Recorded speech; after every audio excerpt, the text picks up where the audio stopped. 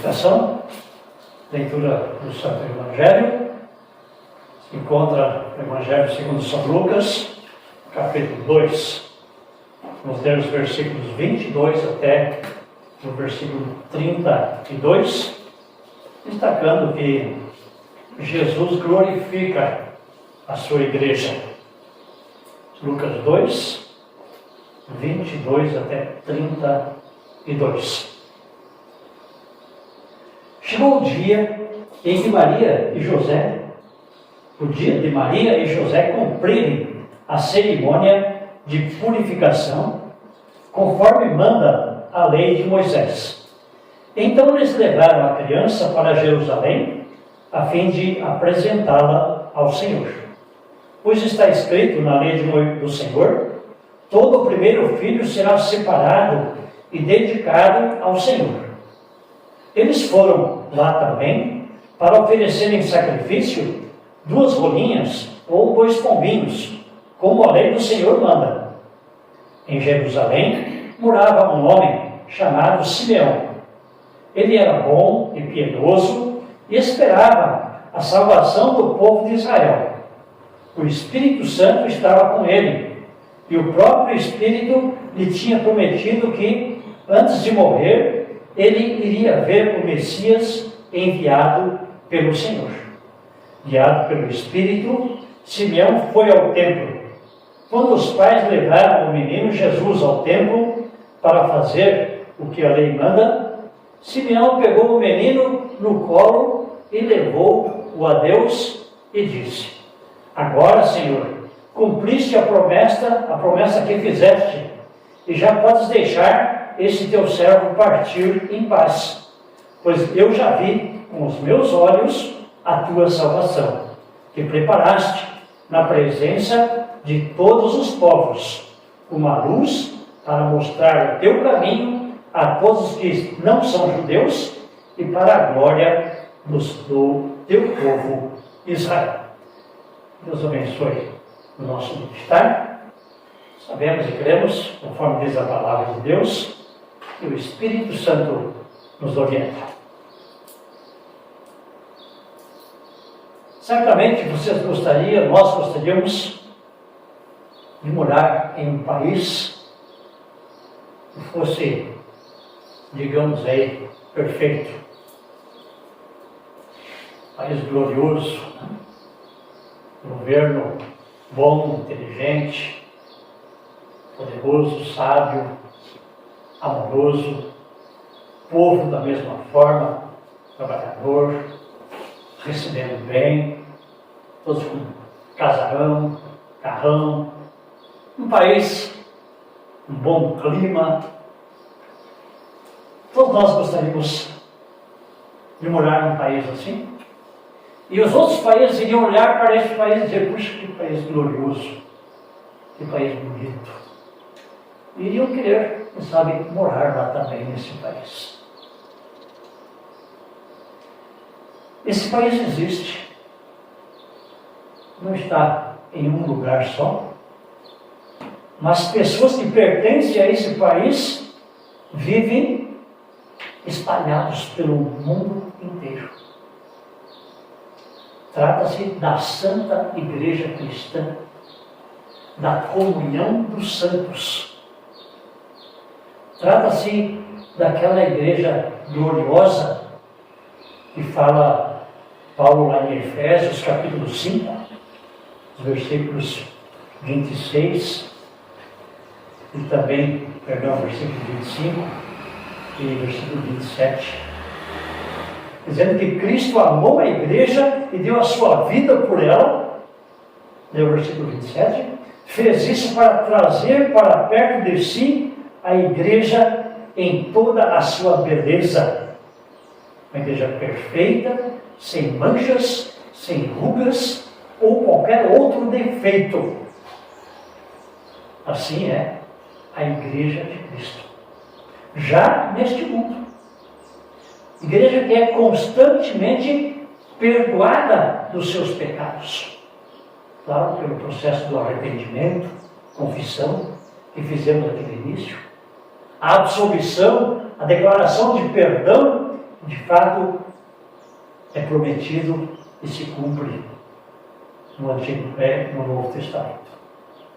Então, esta igreja, ela é assim, como diz Efésios 5:27. Perfeita, sem manchas ou rugas ou qualquer defeito, uma igreja que tem como rei nada mais, nada menos do que o Senhor Jesus, um rei perfeito. Estamos ou não neste país chamado igreja espalhada pelo mundo, num país maravilhoso, num país glorioso, num país perfeito, sem medo de exagerar. Claro que essa perfeição é corroída, mas ela volta a acontecer pelo arrependimento e pelo perdão. Sempre pela fé no Senhor e Salvador Jesus. Assim como o povo de Deus, no Antigo Testamento, Israel, Jerusalém, era o povo escolhido, o povo através de quem Deus se manifestava, Deus se apresentava no mundo. Assim também hoje, a Nova Jerusalém, a igreja cristã espalhada pelo mundo, recebe de Deus a luz que é Cristo e agora resplandece essa luz aí no mundo, sendo essa igreja gloriosa. Gloriosa pela salvação que Jesus conquistou por cada um de nós e por todos nós e por toda a humanidade, sofrendo na cruz, demonstrando que ele é vencedor, tendo ressuscitado. Somos assim, esta igreja gloriosa, pela salvação que Cristo nos dá. Não gloriosos por nosso próprio merecimento, por nosso próprio fazer ou esforço, mas sim pelos méritos de Cristo. Tão somente por sua graça. E aqui na nossa leitura, conta-se que Jesus foi levado ao templo e lá seus pais, favorecendo assim o próprio menino Jesus, fazem tudo o que a lei manda. Jesus veio para cumprir a lei em todos os seus detalhes, por menores que sejam. Ele cumpre toda a lei através dos seus pais. Seus pais levaram ele no 8º dia para ser circuncidado. 40 dias depois, vão lá e fazem um sacrifício. Eram pobres, oferecem lá 2 pombinhas como sacrifício. Enfim, são purificados e Jesus é dedicado, é consagrado, este filho primogênito ao Senhor. Tudo conforme a lei manda. E durante a sua vida, nós sabemos que Jesus cumpriu toda a sagrada e santa lei de nosso Deus. Coisa que ninguém neste mundo pode fazer. Jesus fez tudo em meu lugar, em nosso lugar. Por isso podemos dizer, como dissemos aqui na confissão e perdão de pecados: vai em paz. Em nome de Deus Pai, Filho e Espírito Santo, estão perdoados os teus pecados. É uma realidade. Não é uma ficção, não é uma imaginação. É algo real. Algo que acontece de fato para aquele que, confiante no perdão que Cristo conquistou por nós, naquele que é arrependido, agora confessando os seus pecados, encontra e recebe este perdão tão necessário para cada um de nós. E a partir desse perdão, o pecado não está mais em nós. Não vivemos mais para o pecado, mas sim vivemos como esta igreja, sem mancha, sem ruga, sem defeito, gloriosa, por causa da salvação que Cristo nos dá Primeiramente, cumprindo a lei em nosso lugar, sofrendo em nosso lugar, como homem que se tornou, e depois ainda pagando a nossa dívida lá na cruz. Por isso, podemos olhar para Levíticos 19:2 e não nos assustar com um versículo como este, que exige e pede: sejam santos, pois eu, o Senhor vosso Deus, sou santo. Deus é santo e a sua igreja é santa. Não por sua própria força ou dedicação, seu próprio cumprimento da lei, mas porque Jesus faz isso por nós. Então somos a igreja gloriosa, porque Jesus é glorioso, porque Jesus ama, porque Deus Pai ama, e porque o Espírito Santo também foi enviado para nos capacitar a crermos tudo isso. Vemos esta fé em Maria, vemos esta fé em José, que procuram, conforme a sua capacidade, fazer também para o seu filho Jesus tudo aquilo que a lei manda. Aí lembramos alguma coisa que também os pais fazem para os filhos quando eles são muito pequenos e não podem fazer. Nós trazemos os nossos filhos para ser batizados. Isso é necessário. Os pais fazem isso. A igreja faz isso. Ou seja, Deus usa pessoas aqui no mundo para que mais e mais pessoas sejam acrescentadas a esse reino glorioso. Também Simeão foi usado por Deus. Um homem guiado pelo Espírito Santo, justo, reto, bom, já idoso, mas recebeu uma revelação dos céus que dizia: você vai ver o Messias, você não vai morrer sem ver o Salvador. E aí então o Espírito Santo leva Simeão para o templo no dia certo, em que Jesus estaria lá. E então Simeão pega Jesus nos braços.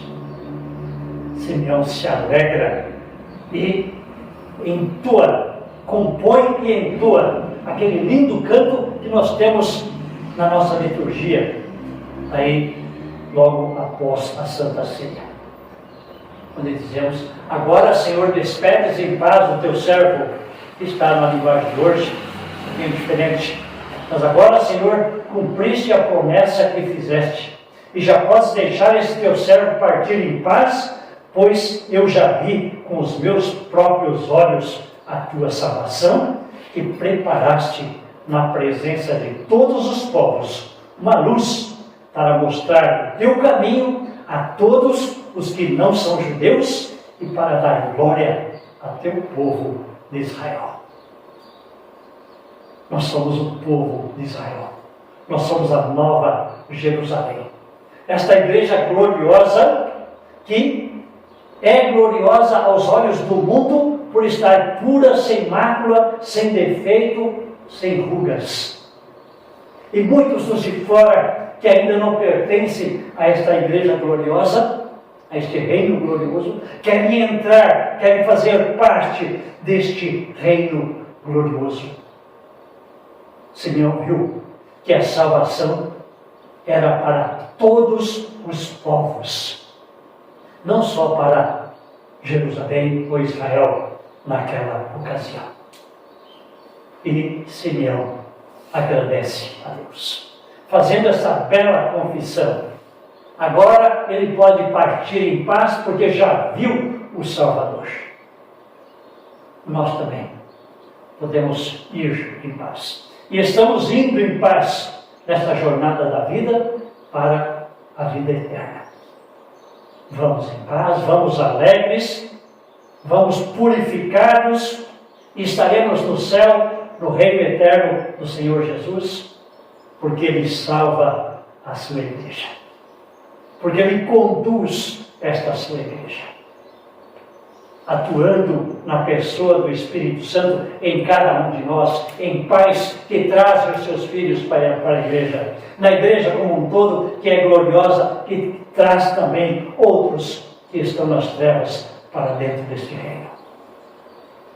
Por isso, os de fora podem olhar para nós e dizer: que igreja gloriosa, que povo abençoado, que povo que se ama, que povo que quer amar também até os seus inimigos. Não somos um reino glorioso, talvez um país que se torna poderoso por impor guerras ou destruição em outros países, em outros povos. Não. Nós somos uma igreja gloriosa e vista assim pelos do mundo inteiro, porque nós, aqui no mundo, possuídos, guiados e orientados por esse Cristo que é glorioso, que nos ama, nós podemos amar os inimigos. Não destruí-los para sermos gloriosos, mas nos tornamos mais gloriosos ainda quando mais e mais pessoas fazem parte deste reino e este reino cresce desta forma. Não porque nós temos a força, mas porque a força vem de Deus.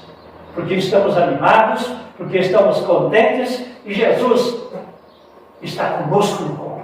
Não estamos com ele no colo, como Simeão, o menino Jesus, mas Jesus nos tem em seu colo. E assim somos esta igreja feliz, sem mácula, sem ruga, sem defeito.